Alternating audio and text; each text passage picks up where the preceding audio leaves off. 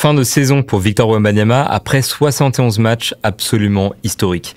Cette année dans Mobb Deep, on en a énormément parlé, quasiment à chaque épisode. Donc celui-ci est très spécial, c'est la dernière fois qu'on a vu Victor Wembanyama jouer en vrai à San Antonio. Donc c'est l'heure de faire le bilan évidemment, mais aussi de répondre à vos questions.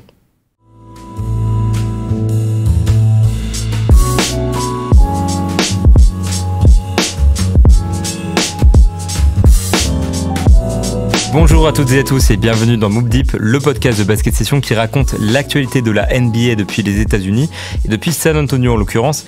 Et je le dis dans chaque introduction de podcast, ici on parle surtout des Spurs de Victor Wembanyama. Donc cet épisode est très particulier parce qu'on a vu Victor jouer pour la dernière fois, comme je le disais dans l'introduction. Les Spurs vont annoncer ce samedi que Victor ne jouerait pas le dernier match de la saison dimanche contre les Pistons. On est tous déçus parce que c'était horaire européen. On voulait bien sûr plus de Victor. On voulait aussi le voir contre peut-être la pire équipe de l'NBA. Ça aurait été un duel un peu intéressant. Mais bon, on n'aura pas ce moment-là. On s'arrête quand même sur un beau match, une belle victoire contre les Nuggets, dans laquelle Victor a marqué donc 34 points. Il a célébré comme un fou. On a la victoire contre le top seed de l'NBA, contre Nikola Jokic, qui a joué très sérieusement ce match-là, en l'occurrence. Donc ça rajoute un petit peu de passion à cette victoire-là. Sur un game winner de Devonte Graham, voilà, la note parfaite. Même si on n'a pas de Victor pour un dernier match horaire européen, etc., on s'arrête quand même sur une note très positive et on s'arrête sur une note positive pour une saison qui est évidemment extrêmement positive aussi. Pour ceux qui ont suivi Mobb Deep toute l'année, comme j'ai dit, on a beaucoup parlé de Victor quasiment à chaque épisode finalement parce que j'étais là pour témoigner de tout ça et parce que Victor en fait a fait des choses phénoménal quasiment. Tous les 20 matchs, il y avait une nouvelle progression, il y avait une nouvelle folie à raconter. Donc ça a été le thème toute l'année. Et donc là, ce qui s'arrête, il faut en prendre la mesure, c'est absolument historique. Déjà, c'est le rookie de l'année. Je pense qu'il n'y a absolument pas de débat par rapport à ça. On en a fait un podcast récemment avec Maxime Aubin de l'équipe que je vous invite à écouter si vous ne l'avez pas déjà fait, où on parle de son duel contre Chet Holmgren. Et aujourd'hui, il n'y a plus de duel. Il n'y a même plus de possibilité de parier sur Victor Wembanyama chez les bookmakers parce que la course est pliée. Victor est le rookie de l'année. Il est déjà bien plus que ça. Victor, c'est potentiellement le défenseur de l'année. Je pense que ce sera Rudy Gobert et j'espère avoir le temps d'en parler dans un podcast justement pour qu'on puisse faire un petit peu le point par rapport à cette course-là aussi. Mais il a dépassé le débat du rookie de l'année. Il est devenu l'un des meilleurs joueurs de l'NBA, l'un des tout meilleurs défenseurs. Là, il n'y a absolument aucun doute là-dessus. Vraiment, c'est l'un des top 3 probablement défenseurs de l'NBA déjà. Et l'une des superstars de l'NBA, l'un des meilleurs joueurs de l'NBA. Il s'est imposé à ce niveau dès sa première saison dans la ligue. Donc Victor, on a vraiment cette saison qui est très particulière sur beaucoup de plans en fait. Déjà sur le plan des actions, j'ai envie de dire, sur le plan de ce qu'il montre en fait à la NBA, on avait un prospect unique avec un profil absolument unique pour la NBA, 2m24, une agilité jamais vue pour un mec de sa taille, un skill set aussi jamais vu pour un mec de sa taille. Et il nous a prouvé cette saison qu'il était capable d'exploiter ses qualités uniques pour faire des choses uniques. Un Sham God contre Rudy Gobert, où il est un petit peu délié, il sort son meilleur move technique. Jamais vu évidemment. Son duel contre Giannis Antetokounmpo dans lequel il a redoublé d'imagination avec... je vais pas raconter tous les moves qu'il a fait, hein, mais on se souvient notamment de ce behind the back et ensuite le dunk où il est face à Damian Lillard et il va dunker sur Brook Lopez. On se souvient aussi donc de son hit check contre les Nuggets pour le dernier match de la saison, 17 points en 3 minutes avec plusieurs tirs du coup à 3 points en pull-up bien derrière la ligne, aussi des fade-away à mi-distance. Je me perds un petit peu déjà, vous remarquerez on est seulement à 3 minutes de podcast et je me perds déjà parce que cette saison, il y a tellement de choses à dire que je ne sais pas où aller. Mais voilà, cette saison, on a vu des choses absolument uniques de la part de Victor, visuellement parlant pour commencer. J'ai dit, défensivement parlant, ce qu'il a montré cette année, c'est absolument exceptionnel. C'est le meilleur contreur de l'NBA pour commencer. Beaucoup de gens s'attachent à ça. J'en parlerai plus en détail dans les réponses aux questions un peu plus tard. Et Victor est déjà dans l'élite défensive, l'un des joueurs les plus impactants de ce côté-là du terrain, l'un des joueurs les plus impressionnants de ce côté-là du terrain. Et on voit surtout le potentiel de peut-être le meilleur défenseur de l'histoire de l'NBA. C'est ce que moi j'estime, ce que les observateurs pour la plupart estiment, et ce que les joueurs aussi, les adversaires et ses coéquipiers estiment aussi. Donc je pense qu'on ne se mouille pas trop quand on dit que Victor a le potentiel pour devenir ce joueur-là. Offensivement parlant, j'ai déjà parlé du côté unique, mais on a surtout vu une immense progression de sa part toute l'année. Tous les 20 matchs, il y avait une progression immense de Victor, une nouvelle chose à raconter, une nouvelle dimension qu'il ajoutait dans son jeu, et surtout un jeu de plus en plus propre, beaucoup plus fini, et une adaptation croissante à la NBA, à son équipe, à lui-même, à la manière dont il joue. Donc on a vraiment eu un Victor qui a eu une courbe de croissance exponentielle toute l'année, malgré quelques challenges dont on parlera plus tard de cheville, de limitation de temps de jeu, etc. Rien ne l'a freiné, il a vraiment eu une saison exemplaire où beaucoup de gens estiment qu'il a fait en une seule année le bond que la plupart des rookies ne font soit jamais, soit font en plusieurs années, 2-3 ans, et lui il l'a fait seulement en 71 matchs. Donc voilà, 71 matchs, c'est une première stat à retenir un petit peu parce que beaucoup de gens avaient des doutes sur sa capacité à jouer. Il en a fait 71 pour une moyenne donc de quasiment 30 minutes par match. Et on va donner les stats parce que je sais que ça vous intéresse et je sais que vous allez les regarder si je vous les donne pas. Donc on va vous donner un petit peu les stats de Victor cette saison. J'ai devant moi l'ordinateur que vous ne voyez pas, vous voyez que mes notes écrites. Mais donc, hop, je vais aller chercher les stats de Victor. Sur la saison, donc on est sur un joueur qui quand même, pour un rookie, c'est quand même assez phénoménal, est à 21,4 points de moyenne pour 29,7 minutes par match. Il a 46,5% au tir, à 32,5% à 3 points pour 5,5 tentatives, ce qui est lunaire pour un joueur de cette taille. Il est donc à 10,6 rebonds, 3,9 passes, à 3,6 contres par match. C'est donc le record de la NBA cette saison. Malgré tout, quand même à 3,7 ballons perdus par match également, à 1,2 interceptions. Voilà, je jette les stats. Je suis pas fan de box score pour ceux qui suivent Moubdip, vous le savez, mais je sais que vous les voulez, ces stats-là, donc je vous les donne. Ce qui m'intéresse, si vous avez un peu retenu ces stats-là, c'est de voir les stats de Victor Wembanyama après le All-Star Break, parce que on a un échantillon de 22 matchs, si je ne m'abuse. On a un échantillon de 22 matchs sur lequel Victor donc est absolument phénoménal et il passe vraiment en step. Il a 23,5 points, un peu au-dessus. Il a 12 rebonds par match. Ce que je retiens surtout, c'est qu'il a 4,5 contres par match sur cet échantillon de 22 matchs.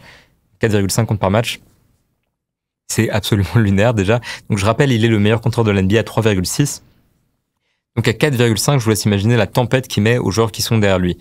Donc voilà, Victor, c'est vraiment statistiquement parlant du jamais vu pour un rookie. Je vais pas commencer à rentrer dans les comparaisons de il est meilleur que LeBron James sur toutes les stats, etc. Je trouve que la comparaison n'a pas de sens. Encore une fois, j'en parlerai plus tard. J'aime pas ces stats-là où on dit c'est le premier joueur à mettre 21 points, 9,6 rebonds, 3,2 passes décisives dans une saison rookie où en fait le mec est français, il a mangé du camembert au moins 3 fois, etc. Je déteste ces stats-là, donc je vais pas me lancer là-dedans. En tout cas, on peut voir quand même que ces chiffres-là de Victor, ils sont très au-dessus de la moyenne pour les joueurs NBA. C'est des chiffres de star déjà. Et surtout, c'est des chiffres qui sont bien au-dessus des attentes. C'est vraiment un élément, je pense, qui est important de noter. J'ai suivi la saison de Victor Wembanyama au Metropolitan l'année dernière. J'avais fait des prédictions, comme tout le monde, avec Shai, avec Antoine dans la late session notamment, dans le podcast aussi. Quels seront les stats de Victor? Quel sera son impact, etc. Et j'avais dit un petit peu que je m'en fichais des stats, du box score, etc. Mais j'avais essayé quand même de participer à l'exercice. Et si vous regardez ça, vous verrez que toutes mes stats, absolument toutes mes stats, sont en dessous des stats de Victor, alors que j'avais prédit un temps de jeu un petit peu supérieur. Donc, mea culpa, pour commencer, j'ai sous-estimé Victor Wembanyama, alors que j'ai déjà une haute estime de lui, en l'occurrence. Et je pense que il nous a tous surpris, sur le plan offensif déjà, parce que, je vais pas revenir sur le côté unique, mais il y a vraiment cette croissance-là, il y a vraiment cette efficacité, sous cette productivité, qui était complètement inattendue pour un rookie, et qui repousse un peu nos horizons. Notre compréhension du basket a été un petit peu troublée par Victor cette année, parce qu'il a fait des choses, donc encore une fois, uniques, et surtout des choses inattendues, qu'on n'avait jamais vues dans l'histoire de la NBA, et qui pourraient à terme changer le basket, tout simplement. Une fois ça dit, voilà, une fois ces banalités un petit peu dites, je vais en rajouter une dernière, c'est que, comme l'a dit Victor en premier, et comme le disent ses adversaires, comme le dit son coach, comme le dit tout le monde en fait, Nicolas Batum dernièrement, c'est peut-être le pire Victor Wembanyama qu'on a vu pour le reste de sa carrière. S'il n'y a pas de blessure, en théorie, pour un joueur qui est aussi intelligent, qui a une telle courbe de croissance, il devrait continuer à progresser. Donc on a peut-être vu la pire version de Victor. Et ça, c'est absolument terrifiant. Et c'est là où justement c'est le point d'orgue et c'est là-dessus que je veux appuyer. Ce qu'on a vu cette saison de Victor, c'est surtout du potentiel. Le potentiel de devenir le meilleur défenseur de l'histoire de la NBA. Le potentiel de devenir un joueur offensif bien meilleur que ce qu'on imaginait avant et surtout qui s'imposerait parmi les meilleurs joueurs de l'NBA. Le potentiel de devenir donc le franchise player d'une équipe qui va aller jusqu'au titre. Victor Wembanyama, c'est le potentiel de devenir l'un des tout meilleurs de l'histoire de son sport. Donc c'est, je pense, ça là-dessus qu'il faut appuyer. Il n'a que 20 ans. Parfois, c'est dur de se le dire. Il a que 20 ans. Il s'est déjà imposé parmi les meilleurs joueurs. Mais là, ce qu'on a vu surtout, c'est que pour les années à venir, il faut s'attendre à ce que Victor soit systématiquement dans la conversation pour donc, les awards de fin de saison, et surtout donc, pour les meilleurs joueurs de la saison régulière. Victor Wembanyama, c'est quelque chose que, quand moi j'essaie d'imaginer l'avenir de Victor, j'ai du mal parce que, donc, comme je dis, il brouille un peu nos horizons, mais au-delà de ça, c'est dur de dire quelle sera sa limite. Est-ce qu'on a déjà vu un joueur aussi fort? Ça paraît très chauvin de dire ça, mais je pense que les Américains sont d'accord pour le dire avec moi. Ce qu'on a vu de Victor cette année, c'est que la ligue est peut-être un peu foutue pour les 20 années à venir. Je dis pas qu'il y aura une domination à la Michael Jordan, etc., que ce sera qu'il arrivera au niveau de LeBron James. Pour accomplir ces choses-là, il faut beaucoup plus que du talent. En tout cas, le talent qu'il a montré cette année, c'est phénoménal. Je ferme la parenthèse banalité, parce que il y en a beaucoup. On va commencer avec les réponses à vos questions. Je vais essayer de donner mes stats, essayer de donner des informations par rapport à tout ça.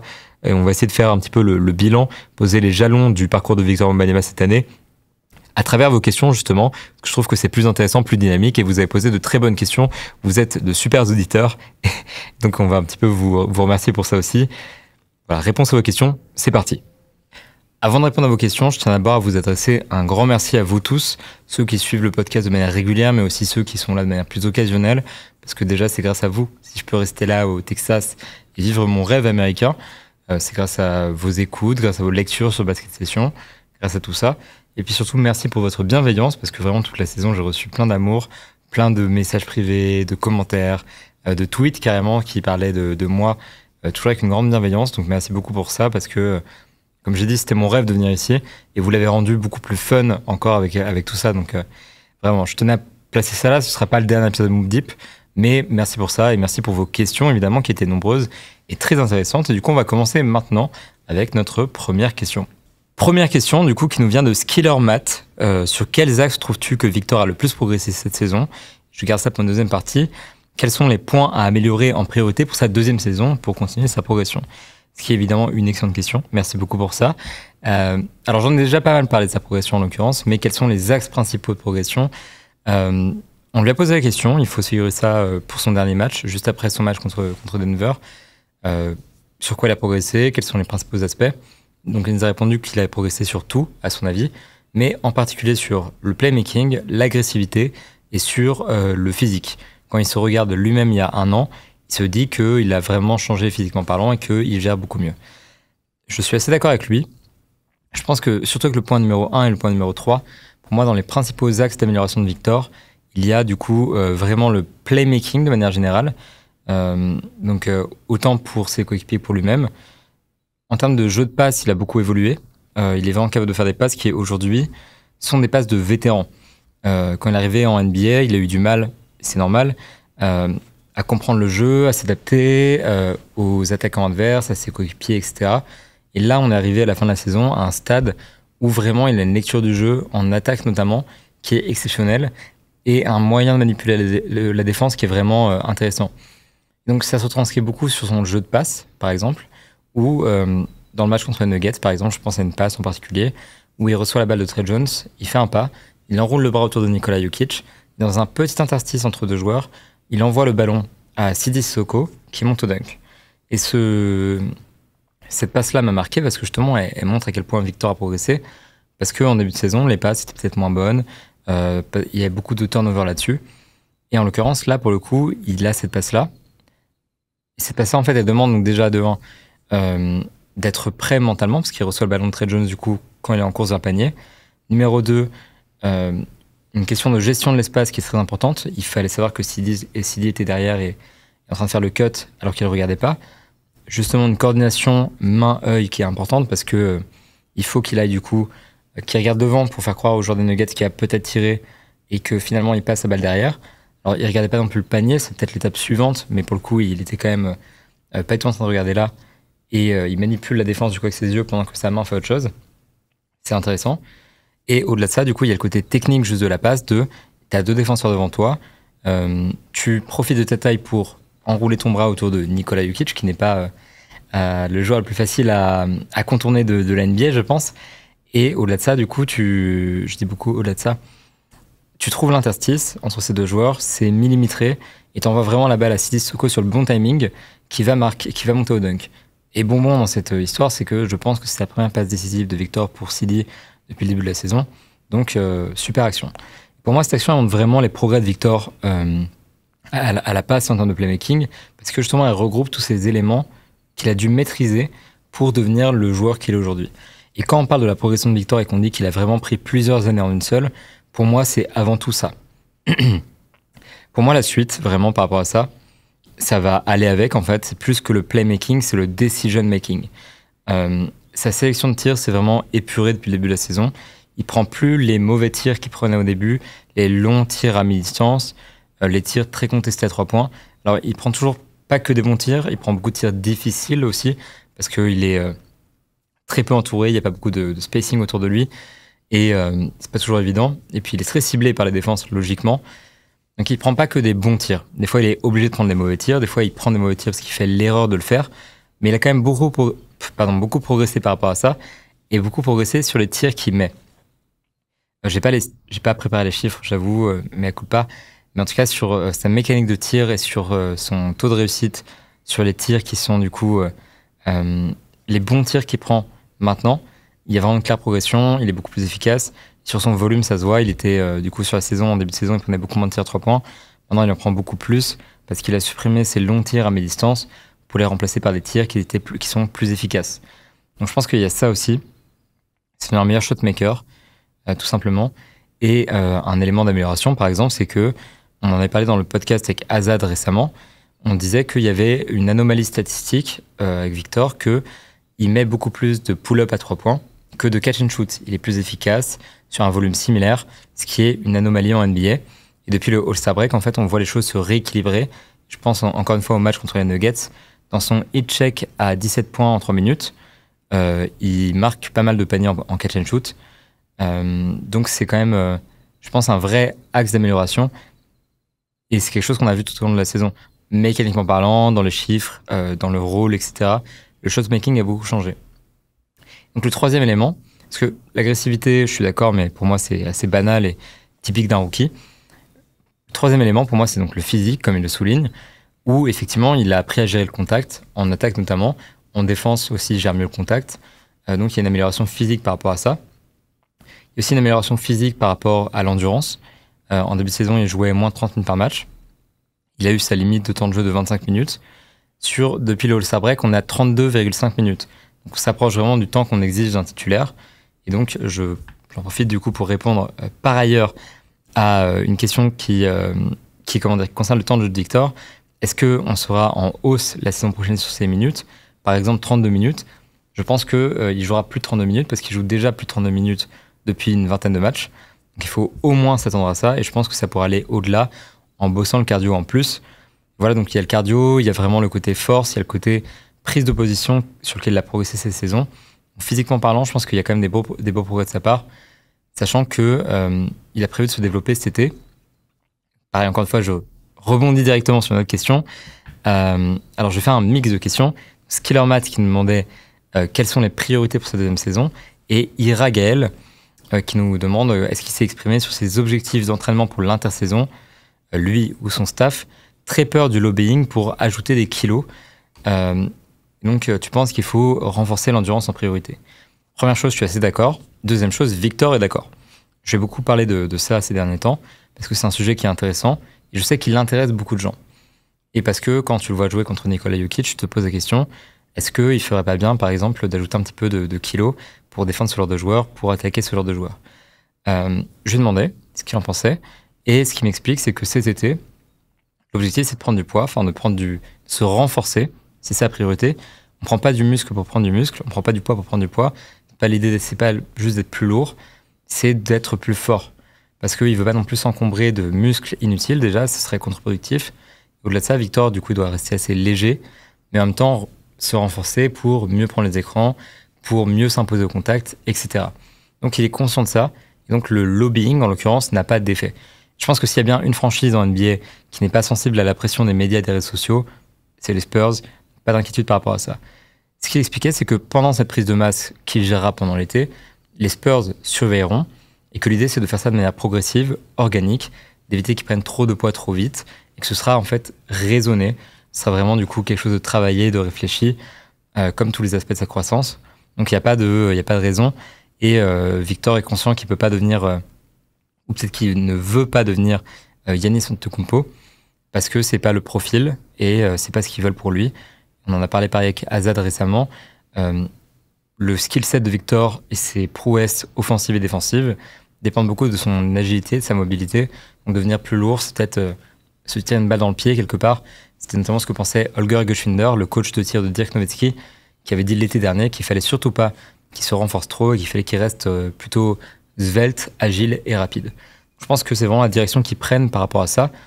Néanmoins, pour les améliorations de l'été prochain et pour aussi cette question-là, je pense qu'il y a une question quand même de continuer la progression physique. Déjà, l'endurance, évidemment, c'est un travail constant. Quand tu fais 2m24, tous les mouvements demandent beaucoup plus d'efforts. Bouger un bras parce qu'ils sont très longs, courir sur le terrain. La quantité d'énergie dépensée dépend de la taille, du poids, etc., de ces facteurs physiques. Donc évidemment, pour Victor, tout est plus dur. Donc il faut travailler toujours le cardio. Au-delà de ça, il y a aussi la question juste de comment est-ce que tu prends le contact. Donc ça rejoint un autre point que je vais évoquer, c'est la pose d'écran. Parce que Victor, trop souvent, à mon goût en tout cas, fait des feintes d'écran et glisse vers le panier ou en dehors. Et pour moi, je pense qu'il pourrait poser plus souvent de vrais écrans, mais il n'est pas encore assez fort, physique, pour vraiment poser un problème à ce niveau-là. Il y a ça, et puis je pense au fait qu'il ne veut pas prendre trop de contact, parce que c'est dur, parce qu'il est très impliqué physiquement parlant dans tous les domaines du jeu, donc physiquement parlant, c'est exigeant en écran, mine de rien. Et puis au-delà de ça, parce que justement, il a du mal dans ce côté gestion des contacts, malgré ses grands progrès cette saison. Mais donc, puisqu'il ne peut pas se renforcer, s'alourdir de manière conséquente, pour moi et pour, je pense, pas des gens, la question c'est de savoir est-ce qu'il peut réussir à baisser un petit peu son centre de gravité pour justement mieux tenir sa position, donc mieux tenir les écrans, mieux box out, mieux résister face aux défenses au poste. Pour moi, c'est vraiment un axe d'amélioration principal, l'un des axes d'amélioration principaux, pardon. Et je pense que ça lui fera du bien de bosser avec Rudy Gobert un petit peu cet été, parce qu'il devrait se côtoyer en équipe de France, parce que Rudy Gobert, typiquement, c'est un des meilleurs joueurs au box out, un des meilleurs joueurs de la ligue en termes d'écran posé. Je pense qu'il a beaucoup de choses à apprendre de lui. Et ça serait pas mal qu'ils bossent un petit peu, qu'ils en parlent ensemble. Au-delà de ça, qu'ils bossent physiquement, justement, pour être capable de mieux absorber ça. Pour moi, c'est un des axes principaux. Un autre axe, c'est de continuer ce travail sur le catch and shoot dont on a parlé. Parce que donc sur la saison entière, il a 37,5% en pull-up à 3 points, sur 2,4 tentatives, ce qui est très bon. Et ce qui est évidemment top 1 chez les joueurs de 2m24. Chez les intérieurs, c'est lunaire comme stat. Hein. C'est le seul intérieur quasiment de cette liste de joueurs qui a autant de pourcentage de 3 points sur un vrai volume. C'est super impressionnant, vraiment, et c'est vraiment cette capacité à pull-up à 3 points, c'est le domaine des stars. C'est vraiment phénoménal qu'il puisse se faire dès sa saison rookie. Néanmoins, en catch and shoot, il est à 28,3% à 3 points. Donc c'est médiocre par rapport à son volume de 3,1 par match. Donc c'est très bizarre parce que habituellement c'est pas ça. Ça va plutôt dans l'autre sens. Je vais pas non plus me pencher sur le scouting et les raisons pour lesquelles c'est comme ça, d'autant plus que j'ai pas exactement la réponse. N'empêche que c'est une vraie anomalie statistique qui se corrige un petit peu depuis le All-Star Break.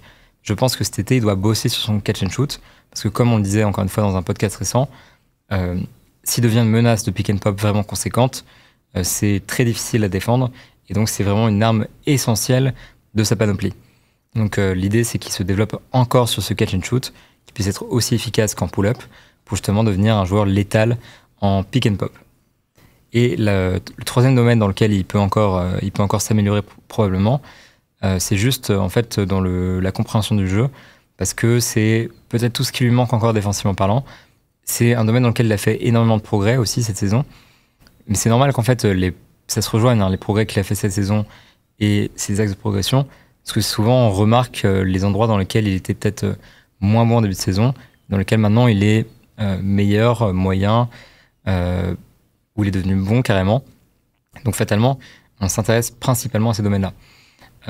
Et ce domaine du coup de la prise de décision, je ne sais pas s'il peut beaucoup le travailler parce qu'il aura été chargé d'entraînement individuel avec les JO, etc. Je ne sais pas comment est-ce qu'il peut le travailler surtout. Mais en tout cas, je pense que c'est tout ce qui lui manque défensivement pour être encore meilleur, j'allais dire pour être le défenseur de l'année, mais je pense que en l'état, il pourrait déjà être dans la conversation l'année prochaine, dans le sens encore plus que cette année, vraiment dans toute l'année dans le top 2 des candidats. Mais en tout cas, c'est vraiment ce qui lui manque pour passer encore un step défensivement et offensivement pour encore aussi passer un step évidemment. C'est le lot de tous les rookies de mieux comprendre le jeu. Donc s'il peut travailler là-dessus cet été, je pense que ce serait forcément bénéfique. Je résume un petit peu parce que j'ai beaucoup parlé. Principaux axes d'amélioration de cette saison, pour moi, c'est vraiment les lectures du jeu, le playmaking, le physique, le fait de gérer les contacts, etc. Le shoot et la prise de décision, la sélection de tir. Et les axes d'amélioration à travers cet été, ça va encore être le physique, mais vraiment cette fois-ci sur la prise de position, sur le fait de résister au contact sur les écrans, box-out, etc. Le catch and shoot, à 3 points en priorité, et la compréhension du jeu, parce qu'il en aura jamais suffisamment. Mais quand tu l'écoutes et quand tu écoutes Popovic, c'est un rookie, il a 20 ans, il doit progresser dans tous les domaines, et c'est difficile de leur donner tort. Effectivement, Wembanyama a encore du chemin à faire un peu partout. Donc voilà, il va falloir qu'il continue de travailler les fondamentaux, son handle aussi. Il y a plein de trucs qu'on pourrait évoquer en fait, parce que Victor est loin d'être parfait encore. Et donc je pense que l'été, en fait, il va le passer sur beaucoup de domaines différents. Pour ceux qui veulent savoir le programme qui est prévu, il passe du coup quelques jours de repos après la fin de la saison. Ensuite, il va commencer à s'entraîner entre les USA et la France jusqu'aux Jeux Olympiques.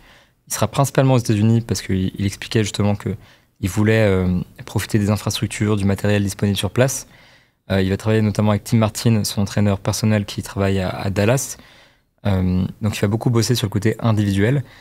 Et ensuite, pour la suite du coup, Jeux Olympiques tout simplement, et puis sans doute le repos entre les JO et la saison NBA, parce que à un moment donné, il faut quand même des vacances bien méritées pour Victor. Et j'en profite pour répondre du coup à la dernière partie de la question de Ira Gaël. Qu'ont-ils travaillé avec des anciens en dehors de Ginobili? À mon avis, mais là je me prononce vraiment au hasard, c'est ma vision des choses et c'est pas une information. Je pense qu'il passera l'été à travailler principalement avec les personnes qu'il n'a pas vues pendant la saison. Donc là, il a vu Ginobili et les autres légendes des Spurs en cours de saison. Maintenant, c'est l'opportunité d'aller travailler avec du coup, Tim Martin, son coach personnel. Peut-être revoir Holger Geschinder, le coach de tir de Dirk Nowitzki. Retravailler avec Tyrese Maxey, avec Miles Turner, comme il avait fait auparavant. Travailler avec les cadres de l'équipe de France. Retravailler avec Vincent Collet. Parce que ces personnes-là, ces joueurs-là, il n'a pas eu l'occasion de les côtoyer pendant la saison régulière. Donc c'est un petit peu l'opportunité d'aller chercher quelque chose d'autre en plus, plutôt que de travailler encore avec les mêmes personnes. Donc je pense que l'été de Victor Wembanyama tournera autour d'autres intervenants que la saison régulière. Voilà. Pour ceux que ça intéresse, ce sera donc encore une fois principalement à Dallas avec Tim Martin. Donc ça concerne, je pense, beaucoup le carnet d'adresse de Tim Martin, qui avait notamment fait travailler ensemble Victor et Tyrese Maxey, ce qui à mon avis ne peut être que positif pour Victor, étant donné que voilà, il peut travailler défensivement face à ce genre de joueurs, c'est toujours du bénéf. Voilà, on passe à la deuxième question. Alors la question nous vient de Tom de Dunk Hebdo, nos amis de Dunk Hebdo, qui sont donc, une référence aussi du podcast basket français, évidemment. Donc la question de Tom, c'est quel impact a eu la saison NBA sur l'homme Victor, donc la personne. Que trouves-tu le plus différent chez lui? Et donc si tu devais décrire la saison de Victor en 5 adjectifs, ce seraient lesquels et pourquoi? Donc je vais commencer par le début de la question. L'impact de la saison sur l'homme qui est Victor, là où il a le plus changé. Pour moi, vraiment, chez la personne qui est Victor, déjà, il faut rappeler un truc, c'est qu'il a 20 ans. Je le rappelle assez, je sais. Il en avait 19 au début de la saison. Victor Wembanyama, malgré sa maturité choquante, reste un jeune adulte, donc quelqu'un qui grandit encore beaucoup. C'est très amusant que je dise ça, sachant que Victor et moi, on a quand même que 4 ans d'écart, concrètement, donc on n'est pas très loin non plus. Je parle comme quelqu'un de plus âgé qui regarderait ça en mode Victor doit grandir. Non, mais voilà, Victor est à un stade de sa vie, effectivement, où il grandit beaucoup. Et quelque chose qui est typique des gens de son âge et donc des nouveaux joueurs en NBA, c'est juste la prise d'assurance, où il est arrivé donc, en NBA. Évidemment, il avait de l'assurance. Je veux dire, c'est Victor Wembanyama, ses premiers choix de la draft. C'était le leader des Metropolitans. Il a joué en Euroleague, il a joué du coup en championnat de France. Il avait fait la Summer League avant. Donc voilà, normalement, il avait l'expérience pour être déjà à un assez haut niveau d'assurance. Et quand il est arrivé, on le sentait quand même relativement effacé dans sa personnalité par rapport à ses coéquipiers des Spurs. On voyait qu'il voulait être leader sur le terrain, mais que dans le vestiaire, je ne l'ai pas beaucoup vu dans le vestiaire en train de parler, parce que j'ai pas accès à ces choses-là, et personne ne l'a d'ailleurs, mais moi encore moins. Mais en tout cas, Victor n'était pas le leader vocal du vestiaire. Il s'imposait pas beaucoup hors terrain. Il était vraiment le leader par l'exemple. Et plus on avance dans la saison, plus on le voit placer ses coéquipiers sur le terrain. Alors c'est du basket, mais ça découle aussi d'un boost d'assurance qu'il a pris.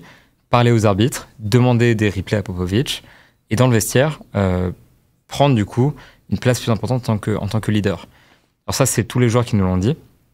C'est vraiment tout le monde qui confirme que Victor s'impose peu à peu comme le leader de l'équipe. C'est pas le seul. Keldon aussi en fait partie, Devin en fait partie. Il y a plusieurs joueurs qui restent les leaders vocaux de l'équipe, Keldon en particulier et Victor. Mais du coup, Victor prend aussi cette place-là en dehors du terrain. C'est notamment Maxime Aubin du coup de l'équipe qui a fait un article très intéressant à ce sujet. Je le mentionne parce qu'il est vraiment allé interroger beaucoup de joueurs. Je vous invite à le lire après ce podcast. Donc un article sur le leadership de Victor. Et tous les gens de l'organisation confirment vraiment que Victor prend une place prépondérante aujourd'hui dans la vie hors terrain. Ce n'est pas forcément le cas en début de saison. Donc niveau personnalité, c'est surtout ça, c'est l'assurance, le côté leadership. Je pense que c'est ça principalement. De manière générale, en fait, je trouve qu'il a beaucoup grandi. Il s'est habitué. Il nous répond beaucoup plus rapidement. Il arrête de tergiverser, de se forcer à faire des réponses longues à chaque question. Il sait qu'il peut nous répondre de manière directe. Donc ça va aussi avec l'assurance, hein, mais c'est juste le fait qu'il change, il grandit et il devient plus réaliste aussi, c'est un élément. Il a découvert ce qu'était réellement la NBA en termes de jeu et en dehors. Donc, par exemple, évidemment, il veut gagner très vite, il veut gagner le plus vite possible, il veut jouer le titre, logique, mais il a pris conscience cette année de ce que ça demande réellement de construire une équipe. Il a parlé avec les Spurs, il a appris comment ça fonctionnait vraiment en NBA. Donc maintenant, ça se voit que au début de la saison, il disait il faut être patient, il faut pas passer d'étapes. Et ça se voit que maintenant, il le dit avec une plus grande conviction, surtout avec plus de savoir, avec plus de réalisme, comme je le disais, en ayant conscience de ce que ça implique en NBA d'être une équipe qui gagne, de ce que ça demande, et donc qui se réfère notamment au projet des Nuggets, même s'il nous dit, par exemple, contrairement aux Nuggets, on veut gagner le titre en moins de 8 ans, histoire de dire quand même qu'on veut le gagner vite. Il y a quand même cette dimension où il s'inspire du coup de ces équipes-là. Il étudie avec les Spurs des référentiels.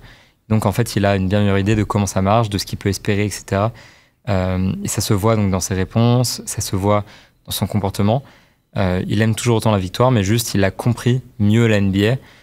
Ça peut aller aussi dans le domaine du jeu, mais pour moi, ça rentre dans la personnalité de Victor Wembanyama, parce que du coup, en dehors du terrain, mentalement parlant, il a vraiment accumulé beaucoup de connaissances, beaucoup de maturité, beaucoup d'assurance. Et donc, je dis pas que c'est une personne totalement différente par rapport au début de la saison.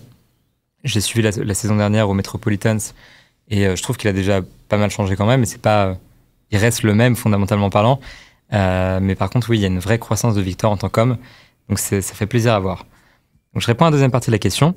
5 adjectifs pour décrire la saison de Victor. Et du coup, lesquels et pourquoi, pardon.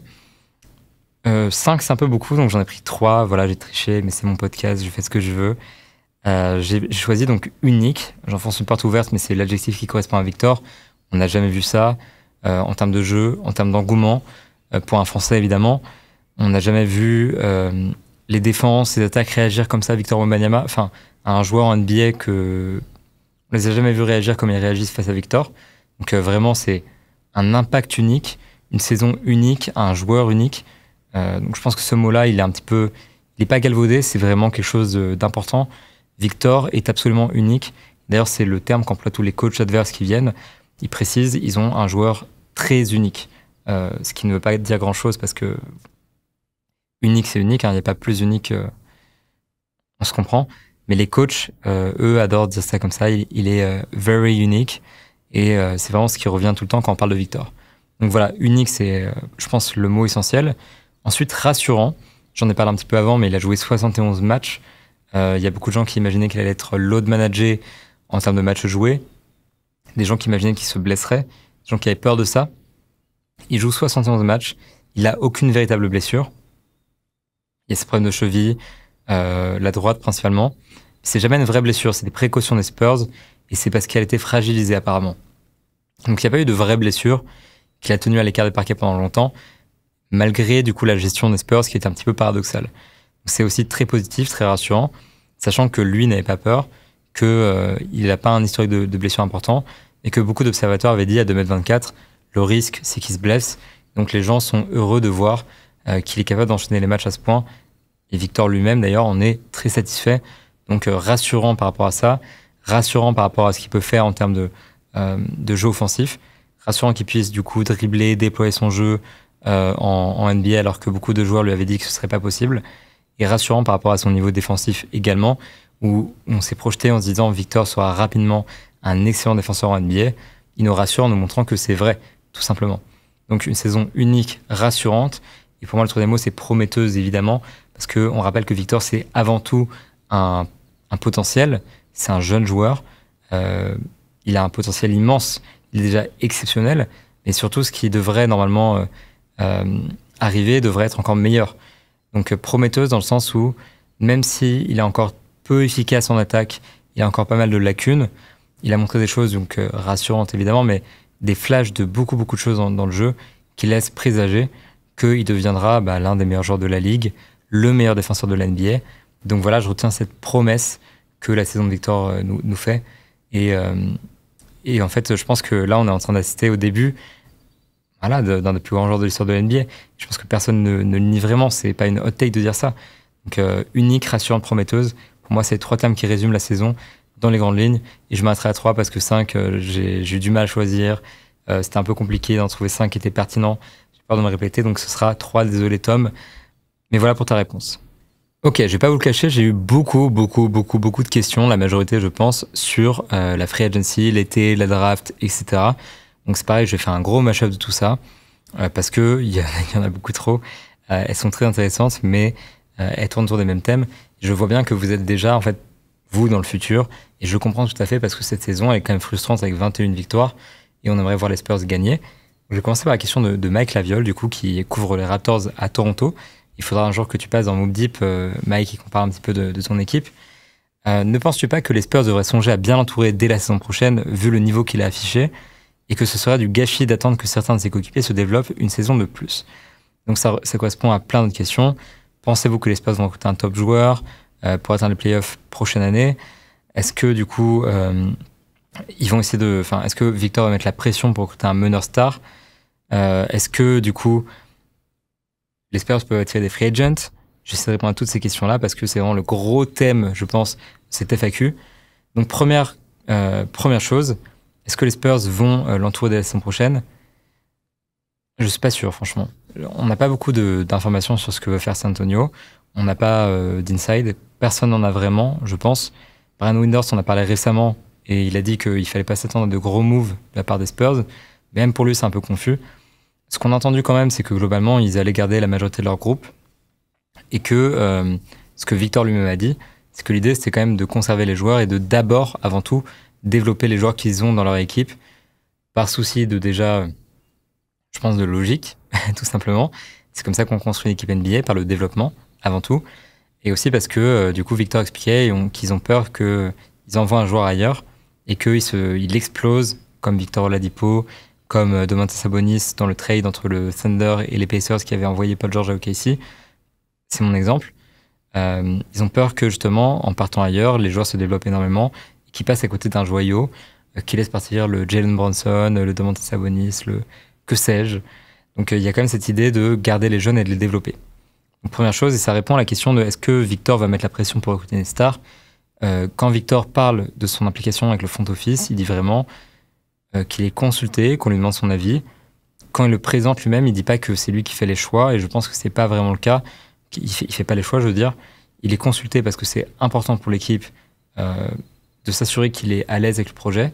C'est le meilleur moyen de l'impliquer dedans. Parce que, évidemment, en plus, c'est Victor, il est assez raisonnable. Par contre, je pense pas qu'il ait vraiment le mot de la fin. Donc, je pense que s'il voulait mettre la pression aux Spurs pour un meneur, il pourrait, mais il faudrait les menacer. Et je pense que c'est pas le style de Victor, c'est un peu tôt. Et surtout, il a l'air d'avoir vraiment conscience du fait qu'il faut d'abord développer les joueurs et ensuite, on verra pour les free agents et compagnie. Malgré tout, un transfert pour arriver, je dis pas le contraire. Mais je pense que il y a une question de est-ce que l'offre se présente? Est-ce que, par exemple, Trae Young est disponible? Ce qui pourrait pousser Spurs à s'intéresser. Et à quel prix? Je pense que Trae Young sera trop cher pour eux. Je pense que ça, le problème, c'est que je reviens à la question de Mike, je suis désolé, c'est décousu, je réponds à beaucoup de questions en même temps. est-ce qu'ils devraient partir et pas gâcher notre saison? Moi, ce dont j'ai peur principalement, c'est qu'ils gâchent leurs assets. Si tu recrutes des agents libres, que tu recrutes que tu trades pour des joueurs qui sont confirmés, ça implique de te séparer d'assets, de joueurs, de tours de draft, etc., que tu ne reverras pas par la suite. Les transferts que tu fais maintenant, c'est pas en te disant, bon, bah, c'est pas grave, on avancera ensuite différemment. Si tu ramènes un joueur de 32 ans et que dans 5 ans, tu te dis, bon, bah, on a une vraie fenêtre avec Victor pour gagner le titre, mais ce joueur de 37 ans, c'est un boulet dans notre équipe, ça implique que tu vas avoir du mal et que tu vas devoir te débarrasser de ce joueur. Exemple fictif, hein, vraiment. Par contre, tu n'auras plus les assets qui ont servi à ramener ce joueur. Donc attention quand même à pas engager trop de ressources sur des vétérans, parce que au moment où Victor sera dans son prime et où la fenêtre des Spurs sera la plus grande, il faut qu'ils aient absolument de quoi en fait former les trades et renforcer l'équipe. Parce que je pense qu'on perd ça de vue en NBA, c'est que le but, c'est pas d'avoir une bonne équipe. Le but en NBA, c'est d'avoir la meilleure équipe, c'est de créer un avantage compétitif. Donc la question, c'est pas de dire est-ce qu'ils devraient être bons la saison prochaine, c'est quand est-ce qu'ils peuvent commencer ce processus pour monter vers les meilleures équipes de la ligue et devenir un contender. Parce que du coup, si tu utilises tes assets maintenant et que tu deviens une bonne équipe, mais que dans 2 ans, 3 ans, tu veux du coup restructurer ton équipe parce que tu es dans la fenêtre de titre de Victor et que tu veux vraiment tout donner maintenant, ça implique que tu n'auras plus ces ressources-là. Donc, je pense que pour moi, le principal risque, c'est pas de gâcher du temps, plus de gâcher des assets, d'autant plus que quand les Spurs ne gagnent pas, c'est pas du temps perdu. Déjà, ça joue bien, ça joue mieux que les Pistons, les Hornets, les Wizards, les Raptors post-trade deadline. C'est une équipe qui a un fond de jeu qui est intéressant, qui a des joueurs qui sont intéressants en termes d'individualité. Devin Vassell, qu'est-ce qu'il va donner? Jeremy Sohan, est-ce qu'il peut faire partie du projet à terme? Keldon Johnson, est-ce qu'il peut encore sauver un petit peu sa place dans le projet? Trey Jones, quelles sont ses limites concrètement? Il y a plein de joueurs à évaluer, donc je pense qu'il y a quand même ça comme priorité. Et surtout que ces joueurs-là, s'ils sont mal considérés par les autres équipes ou par les Spurs eux-mêmes, leur valeur elle est inférieure à s'ils arrivent à les développer encore un petit peu et pour les trades ensuite. Donc je pense que non seulement ce serait une erreur de trop se précipiter et de ramener trop de vétérans maintenant, mais qu'en plus les Spurs maintiendront cette approche patiente en jouant sur le développement. Si j'étais eux, mais je ne suis pas GM, mais si j'étais eux, en tout cas, je le ferais comme ça. Et donc, j'avance vers une autre question qui est aussi liée par rapport à ça. C'est la question, du coup, à titre collectif, est-ce qu'on peut attendre le play-in comme plancher l'année prochaine ou est-ce que c'est un tanking? Je définirais aucun plancher pour cette équipe des Spurs parce que je pense qu'elle peut tout à fait rater le play-in. La question, c'est quand même, en l'occurrence, peut-être du recrutement et des ajouts qualitatifs à la draft. Si l'équipe devient meilleure, je pense qu'elle peut jouer le play-in, mais ce sera quand même rude parce que l'Ouest, c'est très très difficile. Les Rockets, par exemple, qui ont une super équipe, certes, qui n'a pas bien fonctionné cette année, mais tout de même, les Rockets, du coup, je pense, seront meilleurs que les Spurs l'année prochaine et ils ne sont pas au play-in cette année. Il y a d'autres équipes comme ça qui pourraient donc devenir des équipes compétitives et qui n'étaient pas au play-in cette année. On est vraiment sur une conférence dont le niveau est tellement relevé que le play-in, en fait, est devenu difficile à atteindre. Donc, mine de rien, je ne sais pas si c'est un plancher. Par contre, je pense que c'est un objectif réaliste. En revanche, on parle de full tanking avec de nombreux pics de la draft 2025. Si j'étais les Spurs, moi, je ferais une saison de tanking, en fait. Parce que c'est pas quelque chose qui ralentit le développement de tes joueurs. Tu perds pas de temps dans ton projet, à mon sens. C'est pas quelque chose qui te freine vraiment à terme. Au contraire, d'ailleurs, tu comprends mieux tes forces, tu sais mieux les joueurs que tu as, tu arrives à les développer davantage. Donc tes jeunes progressent, prennent de la valeur, que ce soit sur le terrain ou dans des transferts. Donc pour moi, c'est vraiment quelque chose de bénéfique, de faire monter la valeur plutôt que de dépenser la valeur. Et au-delà de ça, en fait, on a une cuvée de draft 2025 qui est très intéressante. Et si les Spurs sont capables, dans l'absolu, de récupérer un autre premier choix de draft, par exemple, ça pourrait être Copper Flag. Et si tu ramènes Copper Flag ou un prospect de la même envergure, ça donne une nouvelle dimension à ton projet. Alors certes, un projet très jeune, du coup, encore plus jeune que sur la timeline Victor Wembanyama, mais quand même un projet, du coup, vraiment prometteur, avec beaucoup de jeunes et beaucoup de talent. Donc je pense qu'en fait, ce serait plus bénéfique pour eux de tanker une deuxième année, de récupérer un bon choix à la draft et de récupérer, dans le meilleur des cas, Copper Flag, pour justement maximiser le potentiel de leur projet. Donc je pense qu'il ne faut vraiment pas effacer cette possibilité que la saison 2024-2025 soit vraiment une saison laboratoire, que cet été, il n'y ait pas de gros moves, qu'au contraire, les Spurs, c'est de récupérer d'autres pics de draft pour l'avenir et continuer de multiplier les assets plutôt que de les dépenser, et qui s'inspire d'OKC, qui, l'année dernière, avait déjà une bonne équipe, mais qui n'a pas réalisé de gros transferts en dehors de celui de peut-être Gordon Hayward en milieu de saison, parce que justement, elle est mise sur le développement et qu'elle essaie de développer quelque chose à long terme. Quand on regarde les équipes championnes avec des gros trades, ces trades-là sont arrivés quand même sur une fenêtre où les joueurs du coup clés de l'équipe étaient des joueurs plutôt âgés, comme par exemple Aaron Gordon qui arrivait à Denver quand Jokic avait 26 ans. Donc pour le coup, 26 ans, c'est jeune, mais c'est pas 20 ans comme Victor. Giannis Antetokounmpo a eu du coup Jrue Holiday sensiblement au même âge. Et à chaque fois, en fait, on ramène à ce moment-là des joueurs parce que c'est la fenêtre de titre des joueurs. Donc il faudra sans doute attendre un petit peu avant d'avoir un vrai gros transfert, parce que là, tout de suite, les Spurs n'ont pas vraiment d'intérêt à dépenser beaucoup de ressources, à moins de trouver un joueur très prometteur, très intéressant, à bon prix, qui est prêt à rester à long terme. L'enjeu pour les Spurs, c'est vraiment le long terme, quitte à, du coup, passer une deuxième saison un petit peu mauvaise sur le plan du bilan. Donc voilà, il faut garder ça en tête que les Spurs priorisent vraiment le long terme. Donc, je réponds par ailleurs à la question, est-ce que ça implique... du coup, la question, c'était Arthur Puy qui m'a beaucoup posé la question cette saison, donc je vais enfin y répondre. Désolé Arthur. Victor aura son mot à dire du coup sur la construction de l'équipe. Est-ce qu'il va ramener des Français à la draft ou à la free agency? Il a dit déjà qu'il allait être consulté sur les prospects français de la draft. Donc il y a des chances qu'il plaide un peu en leur faveur, effectivement, et qu'il arrive à séduire un peu les Spurs par rapport à ça. Mais je pense que Victor n'est pas si chauvin que ça. Il aime la France, il aime les joueurs français et tout ça. Mais pour lui, la priorité, c'est de gagner et de faire des Spurs à un endroit plus compétitif. Donc il ne ramènera pas des Français pour ramener des Français. Et aujourd'hui, dans les agents libres français en NBA, il y a Evan Fournier, par exemple, il y a Nicolas Batum qui va peut-être prendre sa retraite. C'est pas des joueurs que tu veux signer en priorité. Et ça dépend des contrats, évidemment, mais c'est pas des joueurs qui correspondent au projet.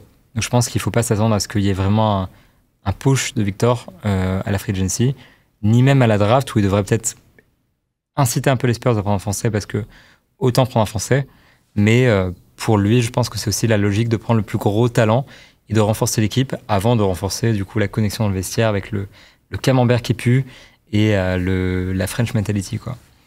Donc je pense que vraiment ça n'a pas tant d'impact que ça que Victor soit là sur le côté ramener des Français. Et donc, autre et dernière question. Habituellement, les Spurs, dernière question de cette phase-là sur la free agency et tout ça, même si habituellement les Spurs n'attirent pas ou peu les free agents, le fait de jouer avec un talent générationnel comme Victor pourrait-il changer cette tendance dès la prochaine intersaison? La réponse est oui. C'est vraiment, quand tu écoutes les joueurs parler, ils ont apparemment plutôt envie de jouer avec Victor. Trae Young, il avait l'air d'avoir envie de jouer avec Victor, par exemple, pour commencer. Et même les joueurs qui sont donc aux Spurs et agents libres, je pense notamment à Mamou, qui sera agent libre non restreint cet été. Il dit vraiment... il est restreint. Mais en tout cas, il dit vraiment, ouais, moi je veux rester à côté de Victor, c'est un plaisir de jouer avec lui, c'est exceptionnel, j'ai de la chance.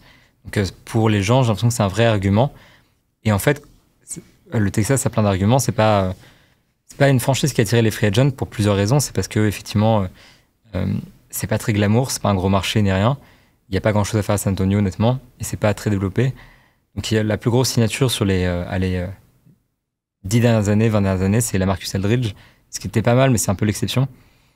N'empêche que on est dans un état du coup du Texas dans lequel il n'y a pas vraiment de taxes ou pas de taxes. Je suis mal renseigné du coup sur les salaires. Donc les joueurs ici arrivent à garder plus d'argent. C'est quand même un avantage supplémentaire qui fait notamment que certains États en NBA sont plus attractifs que d'autres. Donc c'est déjà un premier argument. Et quand tu rajoutes en plus la possibilité de jouer avec Victor qui du coup est par essence un joueur plutôt altruiste et excellent en défenseur, tu as envie plutôt de jouer avec lui parce que c'est un profil qui te rend les choses plus faciles. Je pense qu'à terme, il ajoutera il incitera vraiment des agents libres à signer à San Antonio. Il va un petit peu booster la cote de San Antonio et des gens auront envie de venir. À l'époque de Tim Duncan, c'était pas vraiment des stars, c'était plus des role-players. Mais beaucoup de role-players venaient à San Antonio parce qu'ils savaient qu'ils avaient des chances de gagner un titre et que jouer avec Tim Duncan, c'était super, c'était une bonne expérience et que c'était un franchise player qui n'était pas compliqué, entre guillemets. Donc Victor, je pense, aura à terme la même aura. Et pour boucler sur cette question du coup de la free agency, de l'intersaison, etc., mon dernier point, ce sera juste ça, c'est au-delà de la question de maximiser le potentiel futur et qu'est-ce qu'ils peuvent faire, est-ce qu'ils doivent dépenser leurs assets, etc. La question, c'est quels agents libres sont disponibles et peuvent vraiment renforcer les Spurs. Quand on parle de stars chez les Spurs, il faut se dire que ça passera nécessairement par un transfert s'il doit y en avoir une. Alors c'est possible dans l'absolu que LeBron James décline sa player option et signe aux Spurs, mais j'y crois pas beaucoup. Ni pour Paul George, ni pour James Harden, ni pour même DeMar DeRozan. Le projet n'est pas encore très attractif malgré la présence de Victor pour des joueurs d'un tel calibre. Donc, je pense qu'il y a quand même une question de mesure à avoir. Et quand on regarde la classe d'agents libres, elle est assez faible en fait. On n'a pas beaucoup de stars, on n'a pas beaucoup de jeunes joueurs qui sont intéressants. On a vraiment une classe qui est relativement pauvre. Alors il y a peut-être des moves à tenter sur Buddy Hield par exemple, D'Angelo Russell, pourquoi pas, qui pourrait être intéressant même s'il a vraiment des limites. En tout cas, il y a plusieurs joueurs qui peuvent être vraiment des cibles pour les Spurs et ils seront actifs sur le marché du coup des free agents. En revanche, on n'a pas une classe d'agents libres qui permet de se dire cet été ils vont signer plein de gens, ils vont réussir à être compétitifs l'année prochaine. Les joueurs qui sont disponibles cette année ne permettent pas ça. Donc je pense qu'il ne faut pas s'attendre à ce que les Spurs passent un gap. Il ne faut pas attendre les Spurs d'une grosse signature parce qu'il y a non seulement pas vraiment les matériaux pour faire une grosse signature, et en plus de ça, les Spurs n'ont pas intérêt à le faire. Et les agents libres concernés auront sans doute des offres de beaucoup de marchés, peut-être plus intéressants que San Antonio en l'occurrence. Donc voilà, c'est un petit peu... il faut relativiser, il faut rester patient je pense, et il faut vraiment se dire que là cet été, il n'y aura probablement rien de majeur à San Antonio, si ce n'est la signature d'un agent libre qui pourrait devenir titulaire. Et en tout cas, il n'y a pas de gros transferts je pense à attendre, pas de grosses signatures à attendre non plus. Ok, ce sera le dernier thème du coup de cette petite FAQ de fin de podcast. Pareil, c'est un sujet qui est revenu beaucoup cette saison dans les newsletters qu'on envoie, dans les podcasts, dans les commentaires, etc. Quel joueur doit être drafté aux Spurs? Excellente question, je pense, qui demanderait d'être approfondie dans un podcast vraiment dédié à ce sujet. Et ce sera le cas prochainement. Donc, on me pose des questions notamment. Je vais pas citer le nom parce qu'il y a beaucoup de tweets. Mais du coup, qui est-ce qu'il faut drafter chez les Spurs pour aller avec Victor Wembanyama? On parle du coup beaucoup de Zachary Rizaché. C'est l'exemple que vous avez le plus cité. Aussi de Rob Dillingham, du coup, qui est un meneur très très intéressant. Et en tout cas, je pense que la perspective de San Antonio, c'est ma vision là-dessus, sera de drafter le joueur qui a le plus de talent à leurs yeux. Pas tant de question d'avoir un joueur qui fit, à part si un joueur a un profil vraiment unique. C'est plus une question d'avoir un joueur qui est talentueux. Donc, la question, c'est qui est le joueur le plus talentueux de cette draft? Je pense que certains scouts auront de meilleurs avis que moi à ce sujet. Je ne vais pas trop m'épancher sur la question de qui est-ce qu'ils vont drafter. En fait, à ce stade du projet, et compte tenu de un petit peu la polyvalence de Victor Wembanyama, tout ce qu'il peut faire sur le terrain, tu peux prendre n'importe qui. Rizaché, ça t'apporterait un potentiel ailier, du coup, assez défensif, polyvalent de manière générale. Potentiellement, du coup, le profil d'ailier que les gens finissent par surpayer parce que c'est très recherché en NBA et nécessaire dans la NBA moderne. Donc pourquoi pas essayer de le drafter et de le développer, ce profil-là. Ça peut être intéressant avec Zachary Rizaché. Je pense qu'avec Alexa, on peut faire une paire d'intérieur avec Victor qui est complémentaire, où du coup, Victor va peut-être Alex va peut-être apporter une dimension physique supplémentaire que Victor n'a pas immédiatement, et les deux auront la mobilité nécessaire pour switcher, pour ne pas faire trop de concessions défensivement parlant, dans le fait de jouer avec deux intérieurs. Donc je pense que ça peut être aussi un duo super intéressant. Et moi, vraiment, mon fit préféré, je pense, c'est Rob Dillingham, du coup, qui est un très bon meneur, qui est vraiment le meneur qui émerge là dans les mock drafts, qui commence vraiment à monter. Évidemment, je pense que drafter un playmaker, ça peut être positif parce que c'est ce qui manque principalement aux Spurs. Et ça peut être, si le draft et qu'il le développe, c'est un énorme step passer un projet. Donc Rob Dillingham, pour moi, ce serait le bon choix sur le papier. Encore une fois, en fait, je pense qu'il n'y a pas de bon choix pour les Spurs. Il y a beaucoup de choix possibles. Il n'y a pas de choix qui est évident. C'est pas aussi simple qu'ils ont un besoin sur le poste de meneur, ils prennent un meneur. Ils ont un besoin sur le poste d'ailier, ils prennent un ailier. Plus compliqué que ça, ils peuvent très bien prendre un poste 5, ils peuvent très bien prendre un poste 2, ils peuvent très bien prendre un poste 4, peu importe, les équipes NBA ne fonctionnent plus comme ça. Aujourd'hui, jouer avec deux pivots, c'est pas un problème. La question, c'est quelles sont leurs limites, quels sont les problèmes que peuvent poser du coup ces joueurs quand ils sont associés ensemble. Et s'il y a un joueur dans la draft qui, sur le papier, est sur le même poste qu'un joueur majeur de l'équipe, s'il est compatible avec l'équipe, ils vont le prendre, si c'est le joueur le plus talentueux. Donc je pense qu'il ne faut pas essayer de trop se projeter sur la draft et de se dire ils vont prendre au besoin, ils vont sans doute piquer au talent. Et après, reste à voir un petit peu justement la direction que prendront les Spurs. Tout ce que j'ai dit depuis tout à l'heure, la free agency, la draft, etc., je n'ai pas d'informations à ce sujet. Je tiens vraiment à le souligner. C'est ma vision du projet, c'est la manière dont je vois les choses. Je pense vraiment que les Spurs vont voir les choses à long terme, qu'ils vont rester patients et qu'ils vont peut-être même tanker la saison prochaine. Donc, je pense pas qu'il y aura de move majeur, je pense pas qu'il y aura de draft au fit. Je pense qu'il y aura vraiment juste la même que l'été dernier, où il y a eu assez peu de mouvements. Ils vont essayer de récupérer les tours de draft, ils vont essayer de drafter un maximum de joueurs prometteurs, d'ajouter des talents jeunes. C'est une reconstruction, ça prend du temps, c'est normal. Au-delà de Victor, il faut des joueurs qualitatifs. Et ça ne pourra pas se construire qu'à travers la free agency, que c'est San Antonio, et même si Victor rend la destination plus attractive, ce sera du coup quand même pas Los Angeles, pas New York. On peut pas s'attendre à ce que Kyrie Irving et Kevin Durant décident de signer à part magie, ou que LeBron James arrive en courant. Donc il faut vraiment passer par le développement des joueurs, par aussi la question passer par le développement des joueurs et passer par des drafts au talent. C'est aussi quelque chose qui te permet de définir ton projet. Parce que si tu sais ce que t'as chez tes joueurs, et par exemple si tu sais que Devin Vassell reste à terme, c'est à partir de là, à partir du moment où tu as ce genre de certitude, que tu vas pouvoir du coup drafter au fit, que tu vas pouvoir recruter des agents libres. Parce qu'actuellement, tu n'as pas assez de certitude pour construire l'effectif vraiment. Donc si tu si tu draftes un mec et qu'il explose, typiquement, bah, du coup, il va falloir construire autour de lui, ce qui implique de ne pas faire de gros moves maintenant, ça implique de continuer le développement, et ça implique donc de drafter aussi au talent, parce que drafter au fit, ça viendra plus tard en projet. Et je me suis beaucoup perdu, beaucoup répété, mais on s'est compris, je pense, sur la question de la draft. Et si je n'aborde pas plus longtemps la question, encore une fois, c'est parce que on fera un podcast spécial avec un spécialiste en la matière, parce que je vous cache pas que depuis la NBA, depuis les États-Unis, pardon, j'ai moins regardé le championnat de France et Bourg-en-Bresse. J'ai pas beaucoup regardé non plus le championnat australien parce que les matchs sont très compliqués à trouver. J'ai vu après tous les gros prospects jouer cette année, mais pas suffisamment pour vous dire exactement à quel point Rob Dillingham est fort, à quel point Zachary Zaché est potentiellement limité. Je sais pas, je propose des idées. Et donc on fera ça vraiment avec un spécialiste en la matière. Voilà. Alors merci d'avoir tenu avec moi jusqu'à la fin de ce podcast et de toutes ces sessions de questions-réponses. Merci à vous encore une fois pour votre soutien cette saison. Merci à vous pour toutes ces questions. La prochaine semaine, là, pour ma dernière semaine à San Antonio, moi je rentre bientôt en France. Je vais essayer de faire une FAQ plus sur mon expérience à moi parce qu'il y a beaucoup de questions par rapport à ça que j'ai pas pris en compte. Donc pour ceux qui sont restés jusqu'à la fin, vous pouvez déjà poser votre question en commentaire. En tout cas, si vous êtes intéressé, on fera ça la semaine prochaine. On essaiera de faire un petit retour d'expérience plus personnel parce que je sais que vous aimez bien ça. Avant de vous dire au revoir, je vous rappelle de vous abonner à la chaîne de Basket Session, de nous suivre sur les plateformes de podcast et donc sur YouTube. Et puis évidemment, donc, de regarder les autres productions de Basket Session, le podcast du lundi avec toute l'équipe, les CQFR toute la semaine de Shai et Antoine, le Hoop Culture du dimanche matin avec Théophile, et puis le Moop Deep évidemment chaque semaine, sans oublier bien sûr la légendaire Late Session le mardi soir ou le jeudi en replay. On se dit à très vite sur Basket Session.